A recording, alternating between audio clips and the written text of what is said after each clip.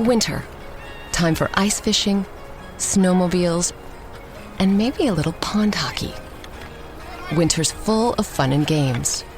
Until a pipe freezes and bursts. Get ahead of the freezing weather with Mow and Flow. It monitors your home's water and shuts it off automatically before it can burst your winter plans. Moen.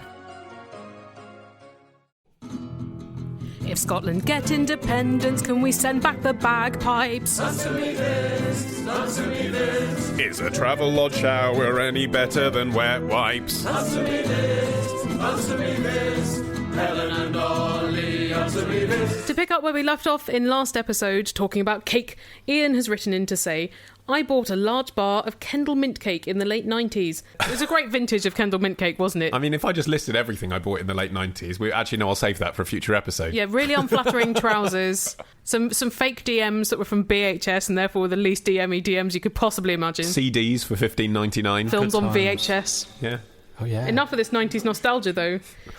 Ian says, I kept my Kendal mint cake in my rucksack, just in case I needed a sugar hit when out in the mountains. We moved to Australia, and 16 years later, found ourselves walking up in the Blue Mountains inland from Sydney. Very beautiful, I can confirm. It's a good cake shop, so you don't need this Kendal mint cake. He says, it was a real slog down into the valley, and several hours later, after having taken a wrong turn, we found ourselves at the foot of the massive cliffside vertical ladder route out. Terrifying. The only thing we had in the rucksack, I assume he means food rather than otherwise why would he be carrying an empty rucksack, was this battered, bent and slightly worn block of Kendal mint cake. Wow, after 16 years. Yeah. It tasted as you would have expected. Revolting. Sugary with a mint taste. I shit you not. The effect on our energy levels was surprisingly good and quick, and we did manage to hike out. Yay! I reckon if it was not for the mint cake, we would have simply perished and end up as dingo fodder. Well, there you go. Mint cake saves lives. 16 years on, the mint cake finally comes into its own. Isn't that a beautiful story? Well, sort of. I mean, I could look at the same story from the perspective of, cynicism that I was expressing in the last episode and say, this tells you everything you need to know about the taste of Kendal mint cake. It was in a rucksack for 16 years, and at not one point were you even remotely tempted to eat the thing until you thought you might die, and there was literally nothing else to eat except your partner. Or your own legs. Apropos of foods that we don't particularly enjoy eating, every year I make a vast amount of gingerbread for my annual Gingerbread Day festivity in December. I love Gingerbread Day, hate gingerbread. Yeah, I don't like gingerbread. That's why it's wise for someone like you to host a food party with gingerbread, because you're not tempted to eat it all year. Not at all. Yeah. But here's the thing, I've got some gingerbread dough I made in December in the fridge that I never got around to cooking because we had so much gingerbread. It's still not gone off. What sorcery is in gingerbread? I made it myself. It's not full of preservatives or anything. When the whole world explodes, all that will be left is your gingerbread. Respect the gingerbread. People will somehow try and clue together what our civilization was from that. Hello, my name's Sam and I'm from Bristol. Helen and Ollie, answer me this. Is there any nutritional difference between the different colour peppers? Because I've not really got any preference, but in a state of mild racism, I often find myself leaning more towards the red peppers. I actually have a strong preference. Yes. Strong preference for orange. I'm very anti-green. I'm so anti-green. But, you know, it's the same pepper, it's just the green one is picked when it's not ripe, and if you leave it on the plant for longer, it becomes yellow, then orange, then red. Yes. Wow. Yes. Good fact. Yes. We are early in this episode for that kind of quality fact. Pepper facts. Curd surge last time, pepper facts this time. Stuff me with couscous and put me in the oven. I'm done. If you were to characterise the difference between the flavour difference between those peppers, how would you characterise it? Why is a red pepper better than a green I'm not pepper? sure in a blind taste test I could taste the difference between yellow, red and orange, but I could taste green. And what's the difference? Is green the earliest stage? Yeah. Yeah, it tastes like that. Yeah, it does taste less the flavoursome. It's less sweet, isn't it? Yeah. Yeah, the skin is more of an annoyance. Yes. So the texture is also less pleasant. But yeah, the taste is like, I don't know, bitter?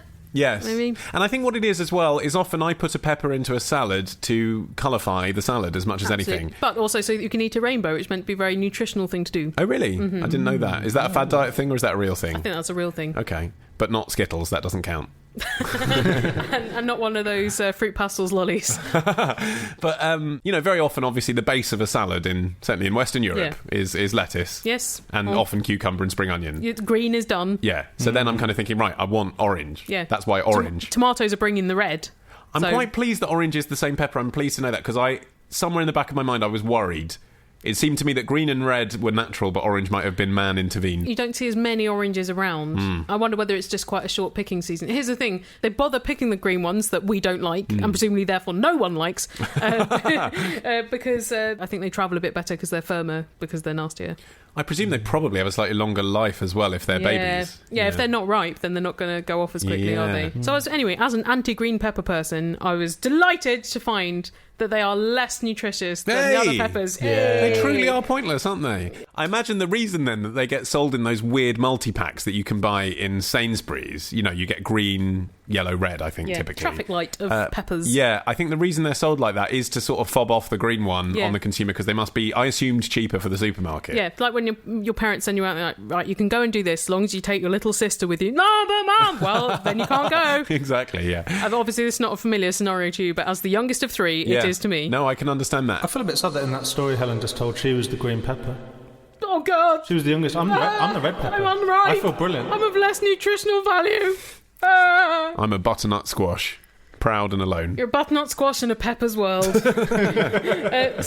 So anyway, they do all have roughly the same number of calories and the same amount of carbohydrate and protein and so on. So they're very nutritious food.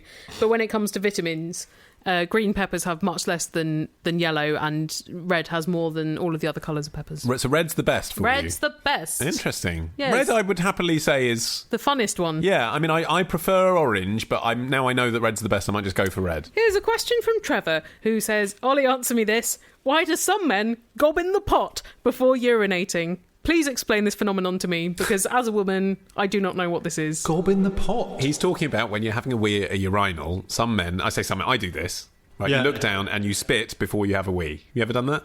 No. Why? Have you ever observed it happening? Have you ever urinated? No, I mean, I guess I must have seen men spitting, but maybe I just thought it was a good opportunity for them to clear their throats. Yes. It's not like a physics thing, is it? Well, I don't know. I'll tell you my reasons, and then you can tell me whether it's a physics thing. Okay. I have two reasons for doing this, Trevor. And the two reasons are as follows. It's all right, it's fine. There's nothing weird about this. You like to leave your DNA wherever you go. I'm pleased to be demystifying this because I think it's quite simple. And it's something that I developed intuitively. I didn't think, I'm going to partake in this gobbing in the pot phenomenon. I just thought, I'm going to start doing that this. Bandwagon. Yeah, it's just something that I do naturally. Gob on that bandwagon. And I think, to me, this is the same as whether you squeeze or shake at the end. It's just, right. it's I do both. Well, that's fine as well. It's very thorough, Martin. I think we're a broad church in Britain's pissing community. Britain's pissing church. No, I'll go there. I'll go to the pissing church. Generally, I think the word community is totally misused, but that was one of the biggest misuses. Since everyone pisses. There are two reasons why I do it. Reason the first... spitting almost anywhere else in public is disgusting. Good point. But I do sometimes get a residue of spittle and I would like to evacuate it. Sometimes I do it into a tissue, sometimes I do it into a bin, but more frequently I feel more comfortable doing it into a toilet, because into a toilet it's not frowned upon. Yep. And it feels quite satisfying to spit into a toilet. You see it go straight away cleanly. Yeah. When it's a communal urinal like a trough, it's not so nice, but if you've got your own personal pot, I feel that's a safe and hygienic way to evacuate fluid from my mouth. Do you enjoy seeing the splosh when it goes into a toilet? Enjoy is too strong a word. Relish. Revel in. No, none of the above. Simply divine. Is it like an Amelie thing, isn't it? It's like the same satisfaction you get from popping the lid off a bottle of beer. So satisfaction is the right word, yes. Small tactile You get a small pleasure. amount of satisfaction from it. Satisfaction and evacuation. Indeed. So that's the first reason. Right. And the second reason is I find that by evacuating liquid from my mouth into the urinal, I am simulating the effect that I'm about to follow up with my urinary contribution. There's like a little clear of the throat before you... Before I follow on. You go into the aria. Yes. Yeah. And I find that helps me relax and get in mode. I think, I can do this. Guys, we can do this. So Because you're the kind of guy that talks to his penis at a urinal. No, but if I'm feeling a bit parouretic that day, I can think, right, okay, relax. It's okay. We're here to piss. You're taking your time. You've evacuated some other fluids. Let's try one from every orifice before we go to the main event. No, but you know how sometimes if you're struggling, you can think about a water fountain. It's more likely to happen, or a waterfall.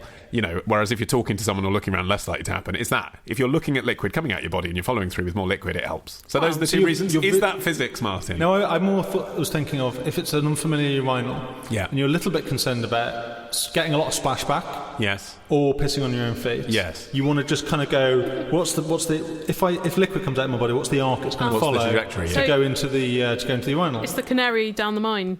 Yeah, it's like firing a test shot across the bows. Yeah, okay. Yeah, well, maybe there's that element going on somewhere in the back of my brain as well, but not purposefully. I have got pretty good physical intuition, I think, at this point, so I just go straight for it. But Yeah, I can well, I understand mean, if you're not a physicist why you would do that. It's also habit forming, I think, is the other thing. You know. Like heroin. Yeah, or Steve Wright in the afternoon. You know, whatever it is. He's going to be so flattered if he ever discovers the comparison. Whatever it is that you do on a daily basis, based on environments. I think if it becomes psychosomatic, you see the piss and you see the spit, and then you follow with piss. It becomes part of the pattern. Oh, like and you want to Pavlovian. replicate that. Pavlovian, exactly. Yes, yeah. Like heroin or Steve Wright in the afternoon. Or Pavlova. I've got a question. Email your question to answer me this podcast at googlemail.com. To answer me this podcast at googlemail.com. To answer me this podcast at googlemail.com. Right. This episode is brought to you by Progressive Insurance. Do you ever find yourself playing the budgeting game? Well, with the Name Your Price tool from Progressive, you can find options that fit your budget and potentially lower your bills. Try it at Progressive.com. Progressive Casualty Insurance Company and Affiliates. Price and coverage match limited by state law. Not available in all states. Here's a question from Darius and Claudia, writing from Shanghai. But I assume they're not from Shanghai. I assume they're staying in a hotel there because they say, Helen, answer me this. Why are the glasses for orange juice at hotel buffets so bloody small? More often than not, you are on holiday and hence hungover and in need of lots of liquid. Well, first of all, I'd love it if more often than not that I was on holiday. But more often than not, I'm not on holiday. And more often than not, you're never hungover. I've never been hungover on holiday. I can't imagine it. Martin was hungover when he had a beer at 10 in the morning, but that meant the breakfast orange juice was a whole day away. I just went and had a lie down, it was fine. I had my once in a decade spewing up from alcohol hangover just the other week. Wow. Congratulations. And I managed to do it all over a VIP queue of PR people at the V Festival. Ideal. Free Yeah. for vom. It was a great way to introduce myself into the backstage area. Thanks for the invite. Hello, Jessie J. Anyway, Darius and Claudia continue. When you're hungover, when you're on holiday, you're necking back orange juice, 3 or 4 glasses, they say, before finally taking another 2 or 3 glasses to the table. So they're drinking 3 or 4 7 glasses of juice. But standing at the buffet, they're knocking back the juice. That's insane. I love doing that. They continue. The obvious answer to this pressing question as to why hotels provide small glasses is that they're trying to save money and hence not provide big glasses. Trying to save waste juice too. However, we don't buy that since plates are often normal size and a few extra glasses of juice is not going to break the bank. I wish Alan Partridge was real and went on holiday with these guys. I think you're Got my big glass. I think you're misunderstanding buffet psychology here because I think the psychology for most of us, even when we're told eat and drink as much as you like, is we fill the plate. Yes. That's why they provide smaller plates. That's the reason. And you're right, it's not going to break the bank for one person, for you, to give you a larger glass. But across, say, a year of people getting orange juice, that might save them a few £100. And so it's worth it, isn't it, when they're choosing cutlery? That's the reason. Also, unlike most of the food on the buffet, I'd imagine that they can use the orange juice on the subsequent day, whereas the fried eggs, not so much. Good point. And also, I imagine once it's made contact with the air, you can't. You need to keep it inside the receptacle as long as possible. You don't want extra juice being poured out into glasses that isn't going to get drunk. Yeah, you just don't want to come out and clear the room and there are 3/4 full pint glasses of orange juice to you, because it's an expensive product compared to a lot of the breakfast products. That said, although I understand buffet psychology, Yes, as I have just illustrated... You do, an expert. Thank you. PhD If only I could. I went to the Pizza Hut salad buffet the other day. Oh, did you? It's a £5. I was on the Strand. I wanted a salad. It seemed to tick boxes for me. Even though there's a branch of Leon on the Strand. Yeah, but you can't sit in Leon for 2 hours listening to music from 15 years ago that you don't hear very often and no one bother you. You make a strong case. And so I went in to have the salad bar. I know it's basic, but I was happy. And these days you get couscous on a Pizza Hut salad bar. I know, truly we are all middle class now. They've joined the 90s. And I paid for a main course salad bar. And that's £5. And that's a £5. Good deal. What size plate? Now, well, this is the issue. What they have as a standard salad bar receptacle is a small bowl. Very round, I'm imagining. Very round, small bowl. And that's a bit like a cereal bowl, really. And that's because, and I understand this as well, like I say, I understand buffet psychology. That's because Bloody do. most people who get a salad bar in Pizza Hut are getting it as a freebie with a pizza. Yeah. For them, it's just a sideshow. Indeed. And they want to discourage you picking out on the salad because they want you to eat the pizza because that's cheaper for them. So, And then they want you to buy Ice Cream Factory, but Exactly. by the time you actually get it, be too full to consume much. which is fine. However, I, the health-conscious consumer, had gone in there and asked for a main course salad bar, something other people literally get for free. I'm willing to pay a £5 for it. Wow. I think I should be allowed a plate. But no, I had to go up and help myself using a bowl. So to have a main course salad... the humanity! You know what? You could have popped into the paper chase that's just down the way, bought a plate, decanted your salad bowl onto the plate. And of course, that's what I did. What I actually did is the staff were quite busy and didn't seem that bothered. So I reached down into where I noticed the staff keep the plates next to the salad bar. So if anyone asks for an extra plate for their pizza, I took one of those and I put the salad on there. I thought, I'm not going to keep filling up a bowl and emptying it onto a plate. I feel like an idiot. Yeah, you're wasting time. Exactly. And I didn't eat any more salad than I would have otherwise. Well, there's no control experiment. That said, I've become an expert of the down market salad bar recently. You are the buffet psychologist, the foremost buffet psychologist of your generation.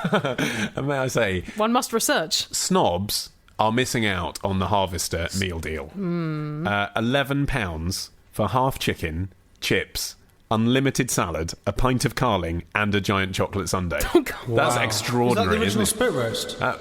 No, it's similar to the original spit roast. And how much, though, to get them to call an ambulance for you afterwards?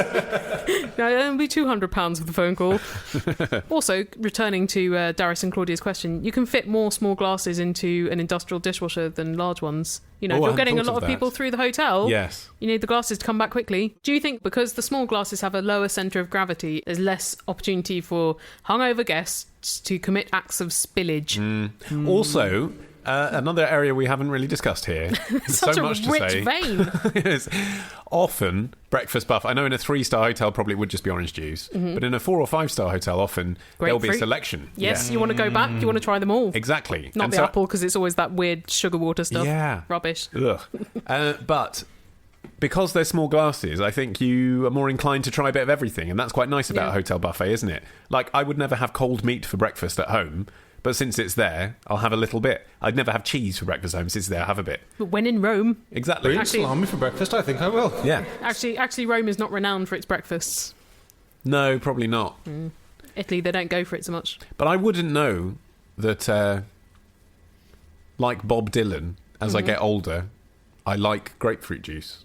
Does Bob Dylan like grapefruit juice? No, I like Bob Dylan now I'm getting older. Really? You A little do? bit, yeah. Oh. A bit. When did you start liking Bob Dylan? I was listening to Absolute 60s the other day and a track came on and I was like, oh, that's quite good. Shit, it's Bob Dylan!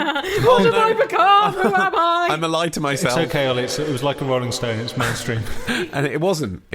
Wow. It was one that I didn't know. But I thought this is quite was good. it under 10 minutes long? Because Yeah, that yeah. will help date it. It was a 2-minute pop song. Yeah, okay, from the 60s. Almost certainly early 65. 60s. Yeah. But I thought, fuck, I'm really changing. And if it weren't for the Holiday Inn Media City offering a very small serving of grapefruit juice so that I could try a bit, that was the absolute 60s of the juice world for me. I tried it and I thought, oh, actually, yeah, grapefruit, it's all right. My taste buds are changing as I get older. I love grapefruit juice for breakfast. Yeah, but you're older. It's like a slap in the face with a wet cod, isn't it? Well, we're sticking with the breakfast theme for today's intermission, which is from episode 20 from way back in 2007.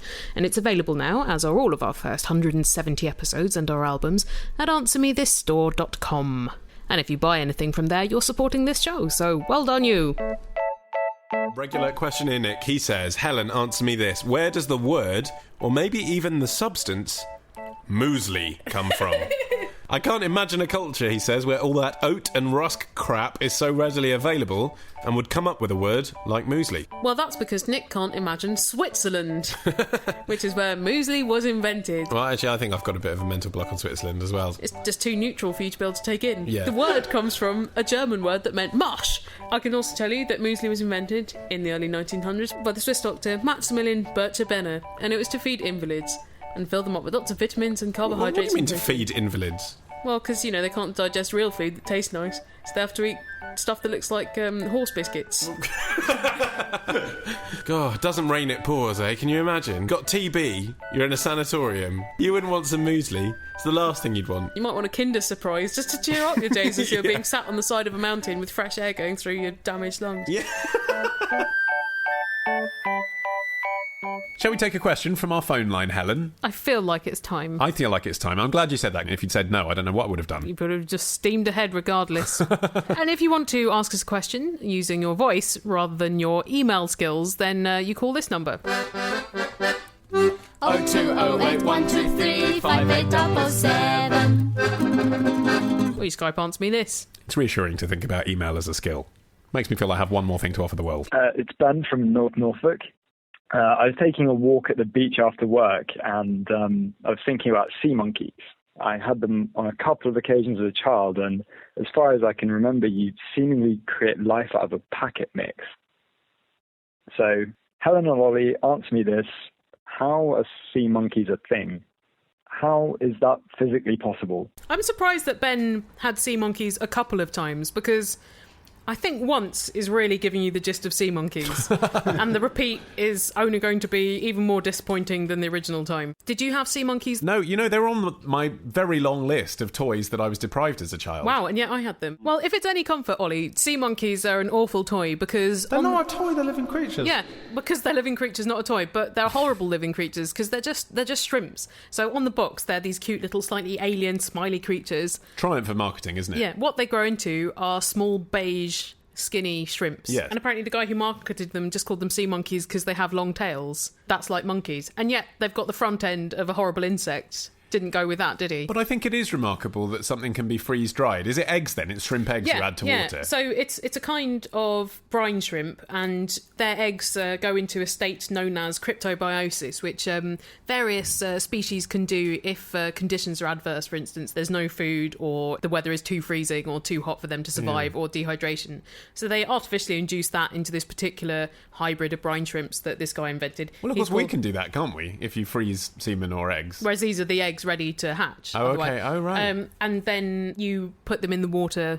Can't be tap water because the copper will kill the sea monkeys with the special food stuff, which is just like spirulina and something else. Yeah. And they hatch into horrible little shrimps. I think that's kind of a brilliant thing for kids to do, though. Sure, yeah, the idea is brilliant, but actually what you've got is just something you can look at that is ugly. But it was invented in 1957 by Harold von Braunhut, who was an American mail-order marketer and inventor, and he had 196 patents for, like, one of them was that, when you get this card with a face on it and you get it wet and crystals grow out like hair. Oh, yeah, that's brilliant. One of those. And he also created X-ray specs. And also, he had a patent just for hermit crabs. I bet you can't patent those. Wow. I bet he was really irritating at a party. Yeah, and also, like, look what I got. Yeah, it's like, just put it away. Look at my patented invisible goldfish, guaranteed to stay invisible.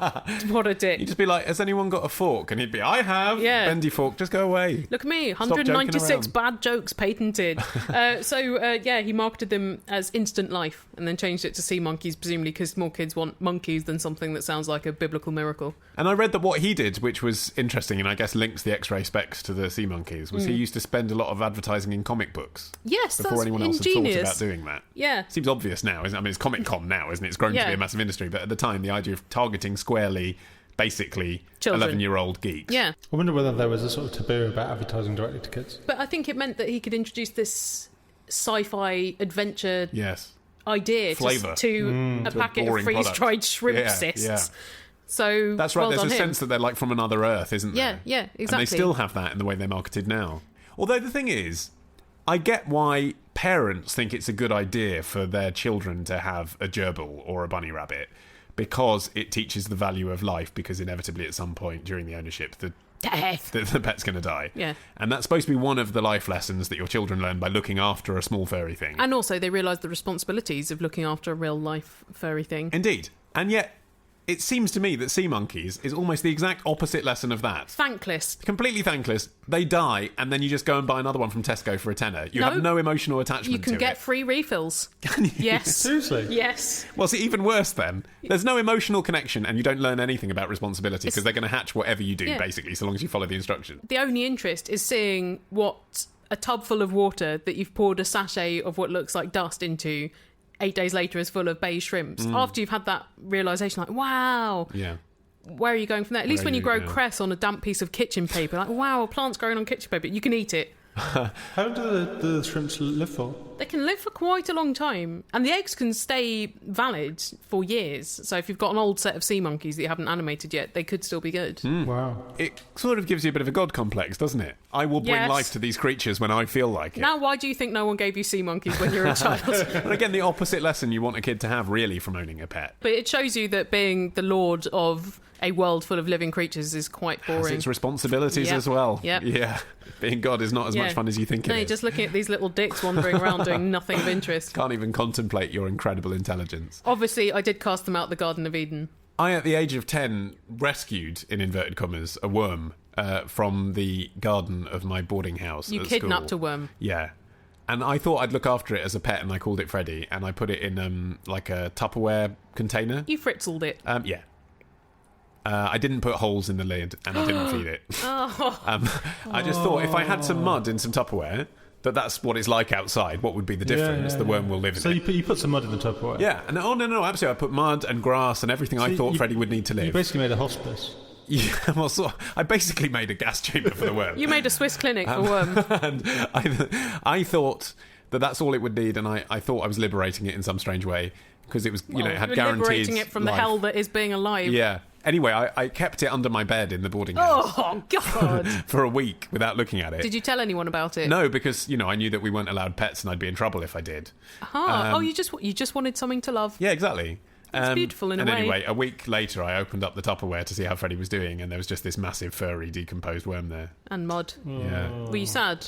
Were you like, Freddy, you left me, you bastard? They all leave. I was sad, but I instantly realised it was my fault. I realised what had happened here is I'd killed a worm, and try as I might, I couldn't really recontextualise that to tell another story here. But then were you like, Freddy, it was your fault for crawling into my hands? You were victim blaming Freddy. No, it was humbling. What I didn't do is I didn't think, and I think this is what makes me different from the serial killers that you mentioned. I think what I didn't do is think, oh, well, that one didn't work, I'll try again. Mm-hmm. At risk that I might kill it bigger. again. Yeah, I thought, right, okay, I'm killing things here. That was the opposite of my intention. I'm going to stop. So when you got Coco, your cat, you thought, I'm not going to keep her in Tupperware? No, I didn't even have that thought, Helen. You'll be pleased to know. Good. Didn't even occur to me. You've really come a long way. I have. I put my picture on Tinder, but nobody swiped right. I went on Match and OkCupid, no suitors would bite. My body clock is ticking and I need to find my Mr. Right. Or at least a willing donor. With a personal website built through squarespace.com, you can edit text and pictures till you look like the bomb. And if you don't find a man, at least be comforted by the peeping toms. It's a cold comfort, I just want to be loved. Thanks be to squarespace.com for supporting this episode of Answer Me This, and for beautifying the web with their easily customisable websites. You can enjoy all the possibilities of those during a free 2-week trial, and then if you want to sign up for one of their excellent hosting packages, use the code ANSWER to get 10% off for a whole year. Right, Ollie, what's next on the question conveyor belt? Following our discussions about bridal bouquets, and also, I guess, the general onslaught of summer weddings. Onslaught. Well, it can feel like Release the that. hounds. It can feel like that when you go to wedding after wedding in the summer. Yeah. We have received quite a lot of questions of weddings People over the will past few weeks. insist having them and inviting people to them, and that creates queries, It doesn't does. it? Anyway, we've had quite a few questions of weddings, so we're going to try and get through as many as we can. Yes. This is from Claire in Allostock, who says, Helen, answer me this. Who is responsible for supplying the confetti at a wedding? The person in charge of all of the armaments. I thought the bride and groom, continues Claire, bought it for their guests and left it on the side for them to pick up before or after the ceremony. But when I told my mum and fiancé this, they looked at me like I was mad and said that the guests bring their own confetti. It's terribly infra-dig to provide confetti for the guests. I've never even heard this tradition before, says Claire, and none of the online suppliers for things like confetti and chair covers and all the other random shit you apparently need Resist the chair covers! Down with chair covers! seem to be pitched at wedding guests. It's honestly, I've never known the codification of confetti because I've never bought it. It's just there, isn't it? Yeah, I've never even thought to buy it, and yet it is always there. I bet if no one bought it, it would still be there somehow. I don't even know if there was confetti at our own wedding. Can you remember, Martin? Were we confetted? I don't think so, no. I think it's the responsibility of the best man and the ushers. Best man. Really? God, now I feel bad because I've been best man twice and not even thought about it. I was maybe thinking- head bridesmaids Yeah, if there's one of those. it feels like the kind of thing that would more likely fall to the women, doesn't it? And in fact, thinking about it now, I've usually been offered confetti by women who are attached to the bridal party but not in an official capacity. Yes, me too. Maybe a sister-in-law but not a bridesmaid. I think what you just said would sound sexist if I'd said it. Why is it something that naturally falls to the women?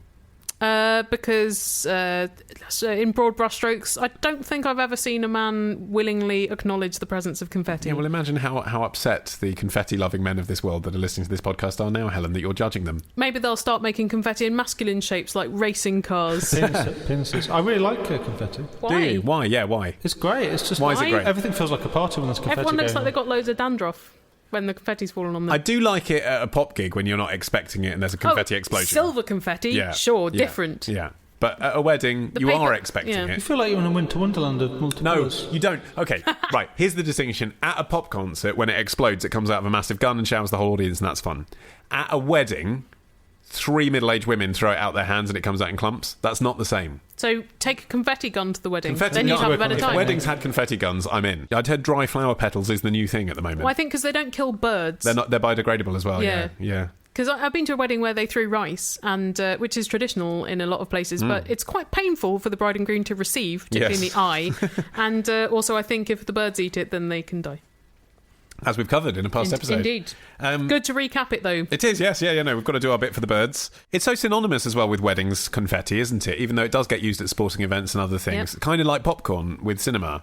Yeah, people Yeah. eat popcorn. It's one of the big snack trends of the year. Yes. And yet still, you say popcorn, you think cinema, you say confetti, you think wedding. Yep. I think it's because it's such an unnecessary thing and again feeds into this novelty of things you do at weddings. It's like fancy rain. Like seat covers. Oh, Why do they make you so angry? Why? Oh, God. Do you really want me to get into this, Ollie? Do you Yes, really please. want me to? Because I'm going to start smashing stuff because they're so completely unnecessary. People obsess over, well, I don't know, well, like how much am I going to spend on seat covers? No one cares. Anyone at the wedding, if their enjoyment is spoilt by the appearance of the chairs, you failed at every other aspect of the wedding. True, but almost everything about the presentational aspects of a party, pin lighting, wedding favours, the cake, it's all unnecessary, really. But, yeah, but cake is nice to eat. Chair covers are ugly. Alcohol, that's necessary. Yes. Cameras, necessary. And People. the marriage vows. Yeah. Everything else is gratuitous, so why not think about seat covers if you can? They're a flashpoint for me. Here is my favourite sentence from the Wikipedia article about confetti. Okay. Confetti are commonly used at social gatherings such as parties, weddings and bar mitzvahs, but are considered taboo at funerals.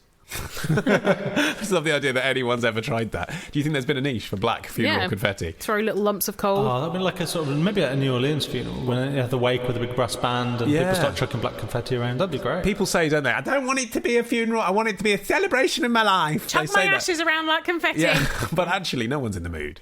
Here's another question of weddings. It's from Stephen, who says, in October, I am marrying my partner Digby. Congratulations. Our 6 nieces are going to put on lovely dresses and do their hair all fancy and precede us down the aisle. But what does this make them? They can't be bridesmaids as there is no bride. And groomsmaids just sounds wrong. Groom's ladies. Well, I don't know. I mean, look, gay marriage sounds wrong to a lot of people, Stephen. Ollie! The point is, you are blazing a trail. You know, you should just go with it. If you're having a groomsmaid, why not? People have got to get used to the terminology, haven't Okay. they? They're also too old, he says, aged 22 to 13, to be flower girls, and too young to be maids of honour. So, Helen, answer me this. What do you call female aisle proceeders? Not that. In gay weddings. For your information, we are calling our best men best people, as some of them are also women. For a long time, people have called bridesmaid-ish people attendants. Attendant. not a nice Sounds like word. someone that works on a toilet. Is that too flight attendant-y? What about entourage?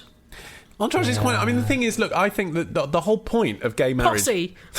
The whole point of equal marriage as opposed to just civil partnership Yeah. was that there are people who wanted a marriage that was on equal terms with what a man and a woman can do, that weren't happy with just signing a piece of paper and wanted the ceremony to be exactly the same. On that basis, if you're calling it a marriage, then why not call them bridesmaids? The fact there isn't a bride, isn't that a bit technical? Like, you know, like when you have a female chairman... You know, Yeah. I just think when But you people call start that calling them chair. chair... Yeah, but it's just bollocks, isn't it? Everyone knows what No. bridesmaid means, so why can't you have bridesmaids without a bride? What's the problem? So do you think the usage has effectively devolved away from the bride? Absolutely. Everyone knows what a bridesmaid is. Also, the term maid is kind of offensive, isn't Well, exactly. Yeah, but you know my position on this. I find Yeah. lots of things about the wedding ceremony very weird. If you're going to do it, just do it. But I would say groomsmaid is the equivalent. So if you insist on changing it, then that is fine. What about acolytes? Or what about Sputniks? Why? Sputniks means travelling companions. Yeah, but you can't provide a glossary for everyone in the audience, Helen. Here's another question of weddings from Will in Oxford, who says, there is a charity shop near me that seems to specialise in second-hand wedding dresses. At least the window display is always full of them. Maybe they've just got 3 and they never sell. It is one of those items that is a destination shop. I mean, you're not shopping generally in cancer research, are you? And you think, right, I've got a copy of Adrian Mole, I need a Toby jug, and, oh yes, a wedding dress. So, I mean, at least if you're advertising the fact that you do second-hand wedding dresses, you know, I put them in the window, makes sense. Yeah, probably one of the more expensive items as well. Exactly. Well, Will says, to me, this seems to suggest a cavalcade of broken marriages in the local area. So, Wally, answer me this. Is there a more positive explanation for this, or am I living in a hotspot for divorce? You're actually not living in a hotspot for divorce. How does Oxford score? Well, the most recent Office for National Statistics top 10 hotspots for divorcees. Although this, of course, doesn't mean that they got divorced in that area, because they could get divorced and move to a nicer place. Oh, so it's just where divorcees are living post-divorce. Indeed. The highest proportion of divorcees is Blackpool. 13.1% of the population divorced there. Interesting. Something to do, I guess. In Hastings, it's 12.8%. Oh, that's sad. They couldn't make a go of it amongst all those wonderful charity shops and funicular. And what's interesting, actually, is almost all of the top 10 are seaside towns. The rest are Torbay, Weymouth, Portland, Thanet, Gosport, Eastbourne, Great Yarmouth and Worthing. Do you think it's just that people get divorced and then they're like, I'm going to go and live by the seaside and be free? I think that might be more what's happening. Maybe they get married in a fever and because of the excitement of the seaside, and then they go, well, actually, I don't really want to marry this person. I just wanted to live by the seaside. Yeah. If we were living in a shanty, then their wives would all drown, but I don't think that's really what happened. But anyway, in Oxford, I don't know that it is particularly a hotspot for divorce. It's certainly not a hotspot for getting together, is it? It's like the 9th least pullingest university. As a student, that's the case. I imagine if you're a non-student trying to get it on with students, you'd probably be more lucky in that regard. Yeah. But anyway, in terms of the second-hand bridal costume bit... Doesn't mean their marriages have broken apart. Not everyone wants to keep their wedding dress. They take up a lot of room in many cases. Some people actually, for whatever reason, and I find it hard to relate to this, but I'm not married and I'm not a woman and I've never bought a wedding dress, but... some people seem to feel that the idea of this dress that they have so many memories, fond memories of, you know, even if they have a happy marriage, hanging in their cupboard, never being worn again, is sad. Yes. You know, that it's like keeping dead skin. Yeah, and they see it almost as their duty, like a blood donation or something. You know, I had a happy day out of this and I want someone else to benefit from it who couldn't afford it, and that's why they actually sell them. Or indeed give them to charity shops. That's quite a nice gesture, isn't it? Yeah. Or they may be the wedding dresses of people who are dead. Well, maybe you should look at that, Will. Cavalcade of spousicide. Yours was vintage, wasn't it? Yes. So effectively that's a second-hand dress, even though it wasn't designed as a wedding dress. No, exactly. I'm not sure it was explicitly wedding. So I've still got it because it doesn't take up a lot of cupboard space. But I can't imagine wearing it again, even though it's the kind of dress I could get away with wearing again. Because I feel that if people saw me wearing my wedding dress, they'd be like, Helen's out in her wedding dress. What does this say about her mental state? I think if you just put the right brooch with it, people probably wouldn't pick up on that. Yeah, it was green, wasn't it, from memory? No. Oh. Purple. No. It was... Don't describe it, because then when you do go out in it, people are going to go, Helen's gone mad. It was an orange jumpsuit. Yeah, and I thought it was very becoming. Down and lonely, life is so confusing. I need some answers, preferably amusing.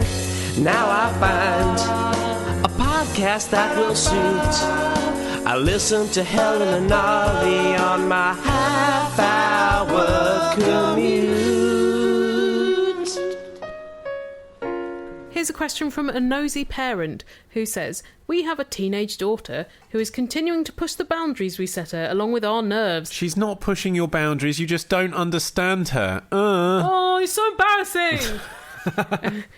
And she has recently started to attend numerous, inverted commas, gatherings with her social group. I'm sure that it's just a book club. That's probably what's going on there. Maybe they take food to the needy.